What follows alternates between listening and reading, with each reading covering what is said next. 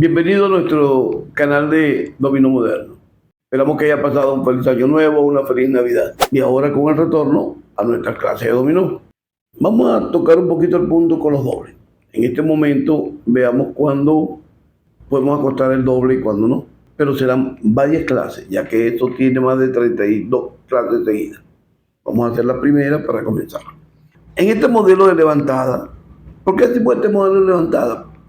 Porque cada levantada tiene características especiales y tiene elementos del juego diferentes, los cuales influyen sobre el modelo de juego.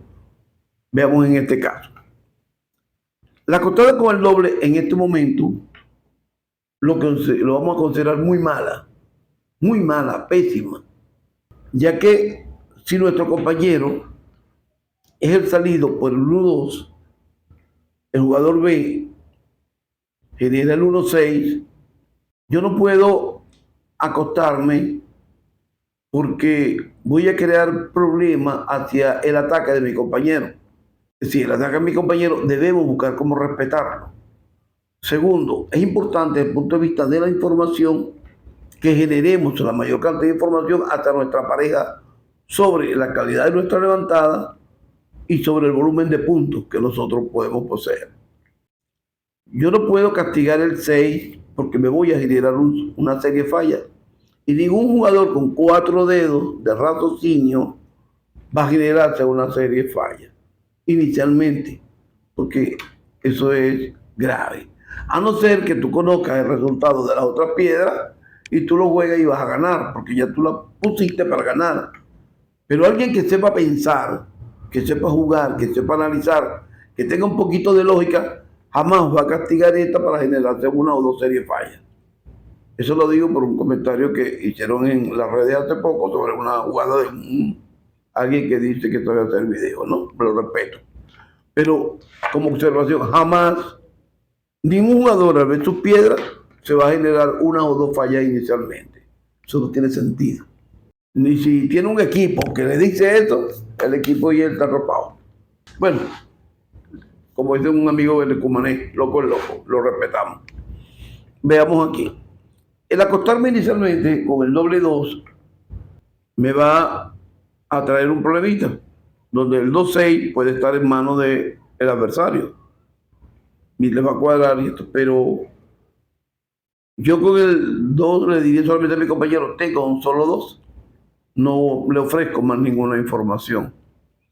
En este caso, nosotros optamos a generar, aunque sea la piedra de mi compañero, generarle el 2-5, en este caso, en función de que mi compañero sepa que nosotros poseemos un alto volumen de piedra de 5. Cabe importante recordar los videos sobre la jugada de C.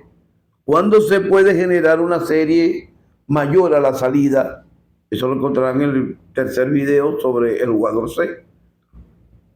Al jugar el 2 por encima de la salida, jugamos el 5, disculpen, entonces estamos señalando a nuestro compañero que a nosotros nos gusta el 5.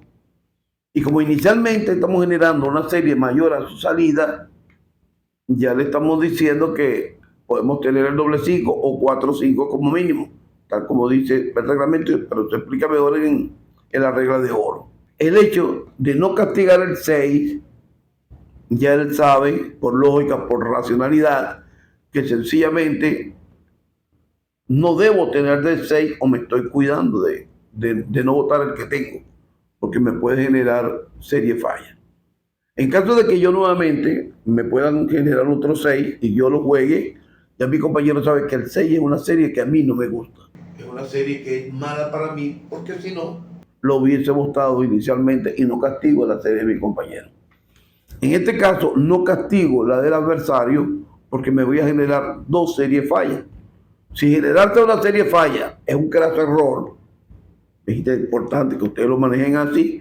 Imagínense cómo será generarse dos series fallas. Porque por lógica razonable, estos tres, más una distribución equitativa, lo tienen los adversarios en mayoría. Yo no puedo decir que el mío tiene 4-3, no. Yo lo que puedo decir es, haciendo la distribución equitativa de 2 piedras, de 3, de 4, de 5, de 6, la mayoría de las veces, el 63.63% de las veces, los jugadores C y D, en este caso, poseen mayoría absoluta de estas piedras o de esa serie. Entonces, es preferible no generarse una serie falla inicialmente del juego, ya que no sabemos que le estamos dando la mayoría y eso sería un caso error, repito, porque la mayoría de las veces, según la distribución equitativa, se la damos a los adversarios. Entonces, ¿qué pasa aquí? Aquí le estamos señalando con esta jugada a nuestros compañeros que nosotros somos los poseedores de la fuerza de los 5, ya que uno, estamos por encima de su salida. De repente puede decir, no, pero fulano puede cuadrar 6. Sí, es válido. Cuando él cuadre a 6, yo posiblemente voy a volver a cuadrar a 5, voy a volver a generar un 5. Me falta el 6-2 que posiblemente puede estar en manos de mi compañero y él va a volver a generar su 6. Si él se acuesta, yo me acostaría con mi doble 2. Pero es importante saber y reconocer que inicialmente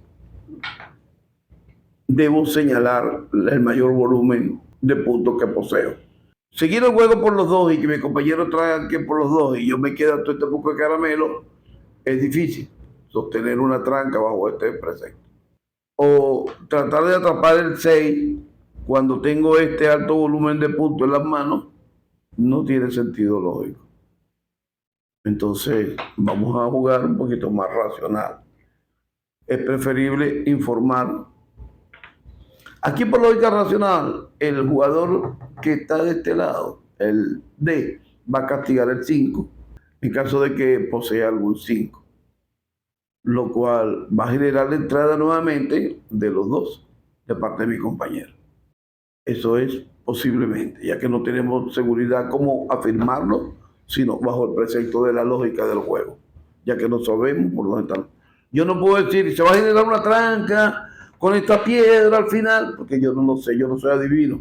Hay algunos que se son adivinos en su video, que apartaron el 1-4 y el 6-0 y el sí, porque con estas dos va a haber una tranca. No, señores, eso es falso. Yo no puedo asegurar que hay una tranca solamente viendo 3 piedras en la mesa. Entonces, veamos y continuemos así. Entonces, señores, la primera norma antes de acostar el doble es señalar el alto volumen de puntos que tenemos, porque para caso de una tranca estamos perdiendo. Y segundo, es la información que generaremos. Eso es lo importante que tenemos en nuestro juego. Gracias a la empresa Streamlink por el apoyo que nos está brindando y por estos nexos que nos unirán durante el año 2025. Gracias a mi hermano Rafael Surga. Me llamó esta mañana para ver cómo yo estaba. Así estamos así. Cuídense pues. Nos veremos en el próximo video.